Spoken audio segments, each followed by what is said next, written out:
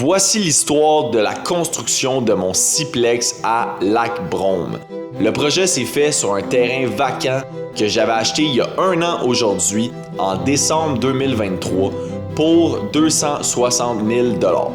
Après 8 mois de préparation, on a débuté la construction le 4 août 2024, juste après l'obtention du permis. Pour la construction, j'avais plusieurs objectifs. Je voulais respecter mon budget de 1 360 000 $, réaliser le projet en seulement 16 semaines, documenter le tout ici sur YouTube et surtout réaliser un beau projet bien construit. Pour ça, je peux dire mission accomplie. Mon coût total pour le projet aujourd'hui est de 1 315 000 $. J'ai livré mon premier logement à un locataire le 25 novembre, soit 16 semaines après le début des travaux. J'ai fait un paquet de vidéos et je suis extrêmement fier du produit final. Mais ça n'a pas été de tout repos. Il y a des semaines que je voyais pas le bout. Si j'étais pour compter mes heures, je dirais que j'ai travaillé en moyenne 70 heures semaine depuis le début du projet avec ce projet-là et mes autres obligations. Et il y a un paquet de petites choses, de petites affaires que je changerais si j'étais pour refaire le même projet aujourd'hui. Malgré tout, je suis super content de m'être lancé et d'avoir pris le risque il y a 1 an d'acheter le terrain. Vous savez peut-être pas, mais c'est seulement mon 3e projet dans le genre en tant qu'entrepreneur général et mon premier projet avec ma nouvelle entreprise Construction Grade 5. À travers ce projet, j'en ai appris beaucoup sur la construction, sur mon rôle d'entrepreneur général et j'en ai appris beaucoup sur moi, sur ce que j'aimais faire, ce que j'aimais pas faire, mes forces, mes faiblesses. Et au final, je suis vraiment fier du résultat d'offrir à 6 familles des beaux logements bien construits dans un bel environnement, d'avoir construit le Québec. Tabarouette, j'ai quasiment les larmes aux yeux. Excusez-moi, laissez-moi une seconde. Quelle introduction! Wow, wow, wow, wow. Hey, je suis vraiment content de faire cette vidéo-là aujourd'hui parce que la fin de l'année approche. J'ai terminé mon projet et c'est le temps de faire une révision, de faire le sommaire de mon projet de construction de sixplex à Lac-Brome. Maintenant que la construction est terminée, je vais commencer par vous montrer le produit final. Vous allez voir, je suis vraiment content du résultat. Et ensuite de ça, on va faire un gros deep dive. On va analyser toutes les finances du projet. Maintenant que toutes mes factures sont rentrées puis que je connais mon coût de construction exact, je vais pouvoir vous dire exactement combien de mise de fonds je laisse dans le projet, c'est quoi mon rendement, toutes ces affaires-là. On va regarder toutes les stats, etc. pour ma gang de CPA puis de finances qui suivent mes vidéos. Donc, on va tout faire cette analyse-là et on va aussi parler de qu'est-ce que j'aurais fait de différent si j'étais pour recommencer le même projet demain. D'ailleurs, en parlant de ça, pour ceux qui avaient peur que ah non, le sixplex est fini, on verra plus de vidéos de Simon. Ben non, j'ai un autre projet signé, booké, avec permis pour 2025 et je vous le présente à la fin du vidéo. Donc, vous n'avez pas fini de voir ma face ici. D'ailleurs, pour ceux qui me suivent ici sur YouTube, un gros merci. Quand j'ai commencé ma série sur le sixplex, j'étais à peu près à 1750 abonnés et depuis, j'ai doublé. Donc, je peux maintenant officiellement dire que je suis un YouTuber et lâcher ma job à Peinture Grade 5. Donc, c'est grâce à vous. Merci beaucoup. Mais trêve de niaiserie, on s'en va voir les logements right now. Let's go! Alright, on est rendu à la visite des logements. Donc, sans perdre de temps, on est devant la cuisine. Donc, cuisine que honnêtement, je trouve vraiment hot, style moderne avec 2 couleurs. Pour les armoires du haut, j'ai pris un genre de petit gris. En bas, un petit vert forêt, des belles poignées modernes avec un beau robinet noir. Bien content de ma cuisine. Quelque chose que je vais changer pour le prochain projet, je ne mettrai pas des plafonds à 9 pieds. Honnêtement, ça fait vraiment un bel effet de grandeur, c'est cool, là. Mais en même temps, je trouve que pour des logements, c'est peut-être un petit peu trop, c'est peut-être un petit peu overkill. C'est sûr que c'est hot, mais je ne sais pas à quel point tu loues plus cher à cause de ça. Puis ça amène un petit peu des problèmes aussi, là, comme par exemple, pour ma cuisine ici, pour les cabinets, on a fait monter les cabinets jusqu'au plafond. Mais là, en ce moment, je suis 5 pieds 10. Puis je suis même pas capable d'aller atteindre la dernière tablette, là. Fait que, tu sais, c'est ça. Quand je parle que c'est un petit peu too much, pour le prochain projet, je vais garder ça à 8 pieds, ça va être bien correct. Si on continue la visite, ici, bon, je suis dans l'espace salon, salle à manger. Au bout, il y a notre petit garde-robe pour l'entrée et là-dedans, on a l'échangeur d'air et la tank à eau chaude ici cachée là. Ensuite, si on continue, derrière moi, on a le corridor qui mène aux chambres et tout de suite en rentrant à droite, on a la salle de bain. Pour la salle de bain, encore une fois, même couleur que les cabinets. Le plancher qu'on a ici, c'est un plancher de vinyle collé, exactement comme notre plancher du logement, donc du vinyle collé, mais un autre modèle avec une autre forme qui fait plus un look céramique. Puis honnêtement, je trouve que, tu sais, rapidement, tu vois à peine que c'est pas de la céramique, ça fait super beau, puis c'est super résistant. Fait que c'est sûr que je vais prendre ça dans mes prochains projets. Et ensuite de ça, pour la salle de bain, on a le beau petit lavabo ici avec le robinet. Ça, c'est un robinet mural.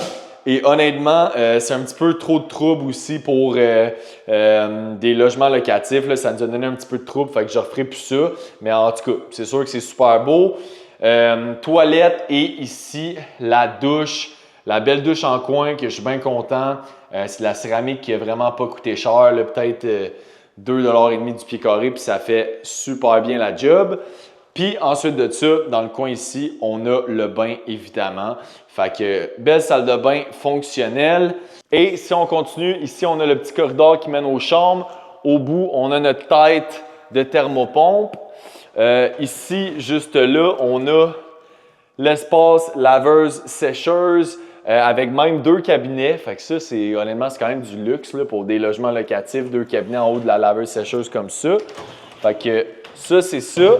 Puis ensuite de ça, ben, pas grand-chose à vous montrer dans les chambres, mais si on vient voir ici, par exemple, la chambre des maîtres, ben, on a quand même une chambre d'une bonne dimension, grosse fenêtre. Et ce qu'on a dans la chambre des maîtres, contrairement aux autres chambres, on a un petit garde-robe walk-in ici avec des crochets des 2 bords. Fait que ça, j'allais dire les petites madames sont contentes. Fait que there you go. C'était ça pour la petite visite. Fait que overall, évidemment, c'est un logement neuf. Fait que c'est toujours beau quand c'est neuf. L'important, c'est de le garder de même. Mais je suis content de mes choix de couleurs et tout ça. Vraiment, le résultat est là. Fait que maintenant, on va aller voir combien ça m'a coûté ces beaux logements-là. Fait que sans perdre de temps, on va aller regarder les chiffres du projet. Let's go! Alright, on est maintenant rendu à l'analyse financière du projet. Donc, on passe ça tout de suite avec le coût de construction total. Donc, je vous amène ici sur mon Excel. Bon, pour mon coût total de construction, incluant l'asphalte et le paysagement là, qui ne sont pas encore faits, mais qui sont budgétés, même chose pour les gouttières, ça m'amène à 1 340 000.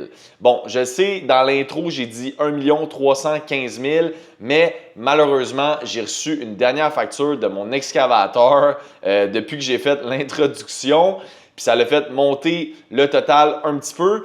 Puis ça, d'ailleurs, je dois dire que l'excavation, c'est la partie de mon estimation, de mon budget qui m'a fait le plus mal. J'avais budgété 102 000 $.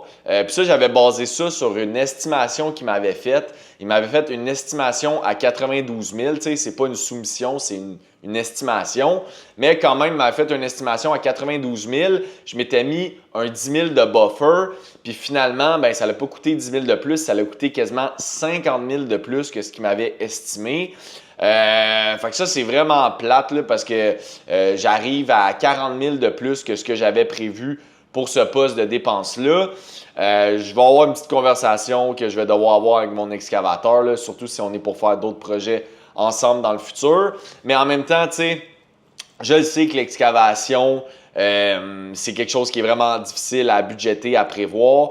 Puis l'affaire qui a coûté vraiment cher, si vous avez vu mon dernier vidéo, c'est ma gestion des eaux, mon système de rétention d'eau sur le terrain.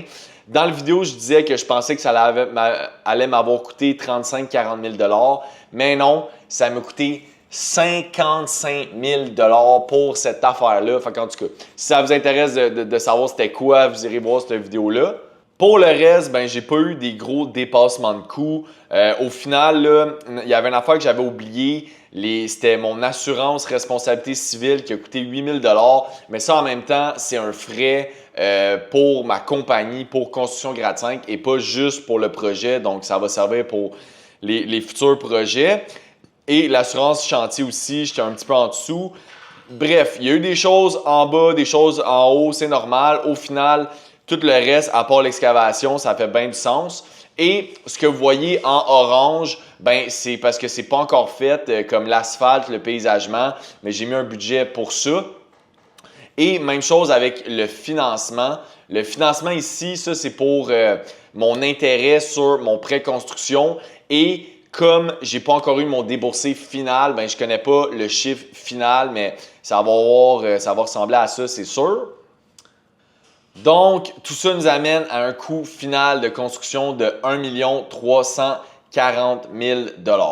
Bon, on a passé vite. Ça, je le répète encore, mais si vous voulez le document tel quel en format Excel, vous pouvez aller le downloader sur le lien en dessous du vidéo. Vous avez juste à cliquer le lien, mettre votre email, puis je vous l'envoie gratis. Et maintenant, on va continuer avec l'analyse financière du projet. OK, donc ça commence avec notre coût de construction qui est à 1 340 000 $, comme on vient de voir ensemble. Et par-dessus ça, on doit ajouter nos taxes qui va être notre autocotisation en taxes. Comment ça marche ça? C'est que c'est basé pas sur notre coût de construction malheureusement, mais sur la juste valeur marchande de l'immeuble. Et nous, pour ce projet-là, on avait une évaluation à 1 745 000 $. Donc, notre paiement de taxes va être basé là-dessus. Donc, on s'attend à payer 170 000 $ en taxes TVQ. Et pour la TPS, ça, on est très chanceux parce qu'il y a un programme du gouvernement en ce moment pour promouvoir la construction de logements au Canada et on n'a pas de paiement de TPS pour ce projet-là. Fait que ça, c'est super. Puis ça nous amène à un coût total là, avec les taxes de 1 510 000 $. Fait que ça, déjà en partant, c'est quand même très bon parce qu'on a une évaluation à 1 745 000 $ et nous, en somme, à la fin, ça va nous avoir coûté 1 510 000 $. Donc, on vient se créer une équité nette d'à peu près 180 000 $ parce qu'on paye une prime SCHL que je vais vous expliquer dans quelques instants. Mais ça part bien, tu sais, on a construit en bas de ce que ça coûte si on l'aurait acheté sur le marché. Fait que ça, au final, si on veut calculer combien va nous rester dans le projet, ben là, il faut calculer ce que ça nous a coûté au total, moins l'hypothèque qu'on va recevoir, qui est de 1 360 000 $. Donc, tout ça, ça nous donne à peu près 150 000 $ qui va nous rester dans le projet, là, une fois qu'on va avoir tout réglé, qui est comme notre mise de fonds là, pour le Siplex. Là, fait que ça, c'est sûr, ça aurait été le fun. Au début, un de mes objectifs, c'était d'arriver break-even à 0, mais je vous dirais que ça, c'est très difficile à faire. C'est pas impossible, il y a du monde qui l'ont fait avant, mais bon, moi, j'ai pas été capable, mais c'est ça. Donc, il me reste 150 000 $ dans le projet, mais honnêtement, je suis bien content avec ça. Je vais vous expliquer plus tard pourquoi. Donc, maintenant, pour l'hypothèque, notre hypothèque, elle va être de 1 416 000 $, mais ça inclut la prime SCHL qui va nous coûter 56 000 $. Donc, ça, c'est comme ajouté sur notre prêt, mais on ne le reçoit pas. Ce qu'on va recevoir, nous autres, c'est 1 360 000 $, mais malheureusement, on va payer de l'intérêt sur 1 416 000 $. Et notre taux d'intérêt, il est statué à CMB plus 1,1 %. Bon, je suis allé voir le CMB à matin, puis aujourd'hui, il est à 3,2 %. Ce qui est important à savoir là-dessus, là, on pourrait faire une vidéo complète là-dessus, mais ça ne suit pas, c'est pas le taux directeur. Ça fluctue à chaque jour, puis c'est un taux qui bouge tout le temps. Mais, tu sais, c'est quand même stable, tu sais, mais donc, moi, j'estime que quand je vais arriver pour geler mon taux, ça devrait avoir resté à peu près la même affaire. Donc, j'espère pouvoir geler mon taux à 4,3 Puis ça va être fait en début janvier quand je vais avoir mon dernier déboursé. En fait, ce qui arrive, c'est qu'il doit avoir 30 jours entre la fin des travaux et le déboursé de la retenue. Là. Ça aussi, on ne rentrera pas dans les détails de pourquoi et tout ça. Mais dans le fond, je vais avoir mon dernier déboursé au mois de janvier, puis c'est là que mon taux va se fixer à peu près 4,3 selon le CMB à cette date-là. Fait que ça, si on fait des calculs rapides sur un amortissement de 40 ans, ça nous amène à des paiements hypothécaires de 6 190 $ par mois, 74 000 par année. Et là-dessus, si on ajoute toutes nos dépenses, donc nos dépenses en taxes, en assurance, en neige gazon, ça nous donne un 98 000 de dépenses incluant l'hypothèque. Bon, ça, je le sais, pour les dépenses, je suis ultra conservateur. Là. Évidemment, il va y avoir des logements vacants. Évidemment, il va y avoir peut-être des choses à réparer, même si c'est un immeuble neuf. Là, mais si quelqu'un s'en va et il faut repeinturer, il va y avoir des petits frais. Mais en ce moment, moi, je le calcule comme ça. Puis je le sais que, évidemment, si je fais une bonne job et que c'est toujours loué, je devrais m'attendre à avoir ce revenu-là. Puis bon, c'est sûr qu'il peut arriver des pépins, là, donc je le sais, on pourrait... Mais regarde, j'essaie d'être optimiste. Là. Fait que ça, c'est les dépenses. Puis ensuite de ça, pour nos revenus, ils sont juste ici. Ça, c'est comme par logement. J'ai fait un petit deal dans un de mes logements. Là. C'est une longue histoire, je ne vous expliquerai pas pourquoi. Mais j'arrive au final à des revenus de 9 500 par mois. Ça nous amène à 114 000 par année. Moins les dépenses que je vous parlais, ça donne 90 000. Moins le paiement hypothécaire, on arrive à un cash flow approximatif d'à peu près 15 000 par année. Bon, ça c'est cool, c'est bon parce qu'on est dans le positif. Évidemment, je sais qu'il va y avoir d'autres frais là, qui vont sûrement s'ajouter à ça. Puis c'est pas la partie la plus excitante du projet. Là, un cash flow de 15 000 par année, c'est cool, mais j'ai pas travaillé fort de même juste pour ça. Là, évidemment, ça donne un retour cash on cash de 10,5 % parce qu'on va avoir investi 150 000 dans le projet. Puis là, juste faire une parenthèse là-dessus. Bien que le montant investi dans le projet, au final, c'est 150 000, c'est vraiment pas la mise de fonds nécessaire pour partir le projet. Là. Moi, il a fallu que je paye le terrain au début, 260 000, puis il a même fallu que j'injecte de l'argent dans le projet pour régler des factures, puis, tu sais, payer des comptes, tout ça. Donc, je suis arrivé à un moment donné à un stade où j'avais quasiment 400 000 d'argent là, dans le projet. Là. Il a fallu que j'avance de l'argent avec ma compagnie, tout ça. Fait que, tu sais, c'est des projets qui sont vraiment durs financièrement. Oui, à la fin, c'est hot. Je vais juste avoir 150 000 dans le projet, mais pour faire le projet, ça prend des liquidités. Là. C'est pour ça que c'est quand même difficile la construction neuve parce que là, vous pouvez regarder ça et dire « Oh wow, ça prend juste 150 000 faire le projet. » Non, ça, c'est ce qui va rester à la fin. Mais pour faire le projet, ça prend, tu sais, il faut que tu sois solide financièrement. Puis même à ça, la banque va vouloir que tu le sois parce que, bon, des fois, il y a des dépassements de coûts. Les déboursés de la banque, tu sais, c'est pas, tu sais, c'est pas, des fois, mettons, il y a des bouts que j'ai attendus après en maudit, là, tu sais. Fait que, bon. Mais bon, maintenant, ceci étant dit, je vais vous montrer comment ça peut être payant, la construction neuve. Et c'est souvent des investissements comme plus sur un horizon de 5 ans. Là. Fait que je vais vous montrer ma prévision 5 ans. Donc là, ce que j'ai fait, c'est que j'ai évalué qu'il va y avoir une augmentation de 2 % par année sur la valeur de mon immeuble. Puis ça, c'est vraiment raisonnable. On a 5 ans pour monter les loyers comme on veut. Fait qu'une augmentation de valeur de 2 % c'est très raisonnable. Et dans 5 ans, ben, mon hypothèque, ça va être rendu 1 320 000. Donc, je vais avoir payé ma prime SCHL, je vais avoir payé un petit peu de capital. Fait que ça, si on regarde, ça va me donner dans 5 ans, si je suis capable de le vendre 1 920 000 évidemment, mais ça me donnerait une équité de 600 000 $. Donc ça une équité de 600 000 générée sur un montant investi de 150 000 ça donne un rendement de 400 là, donc, évidemment, c'est excellent.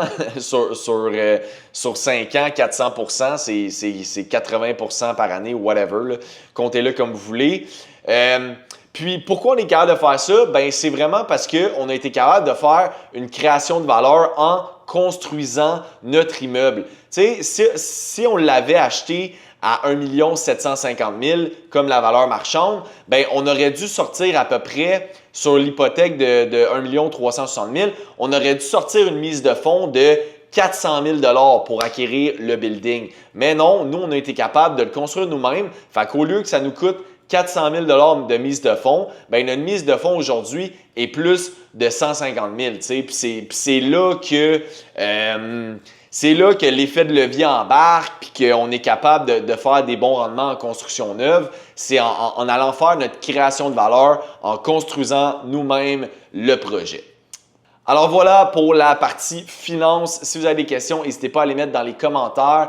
Et maintenant, je vais vous présenter mon nouveau projet tout frais sorti du four pour l'année prochaine. Let's go! Alright, si vous êtes encore ici avec moi dans la vidéo après la visite du logement et l'analyse financière, hey gang, je pense qu'on se mérite un petit cheers. Wouh! À part de ça, ici, on vient juste de terminer pour les vacances de l'hiver. Donc, cheers to that et cheers à une excellente année 2024. Alors, qu'est-ce qui nous attend pour 2025? Eh bien, au mois d'août, je vous ai caché ça, mais j'ai acheté un autre terrain, le terrain avoisinant à mon projet, juste à côté. Et cette fois-ci, ce ne sera pas pour un 6plex, mais bien un 8plex. Fait que je l'ai acheté, j'ai déjà fait toutes mes démarches avec la ville et j'ai déjà mon permis en main. Donc, je pourrais commencer la construction demain matin. Mon plan, c'est de commencer l'excavation en mars. Pour la construction, ça va être un building extrêmement similaire, le même genre, seulement au lieu d'avoir 2 4,5 au centre, il va en avoir 4. Donc, le bâtiment va être un petit peu plus large, mais ça va être vraiment le même design. Et je vais améliorer certaines choses pour sauver des coûts. Par exemple, ça va être des plafonds de 8 pieds de haut cette fois-ci et non pas 9 pieds comme on l'avait fait avec le Siplex.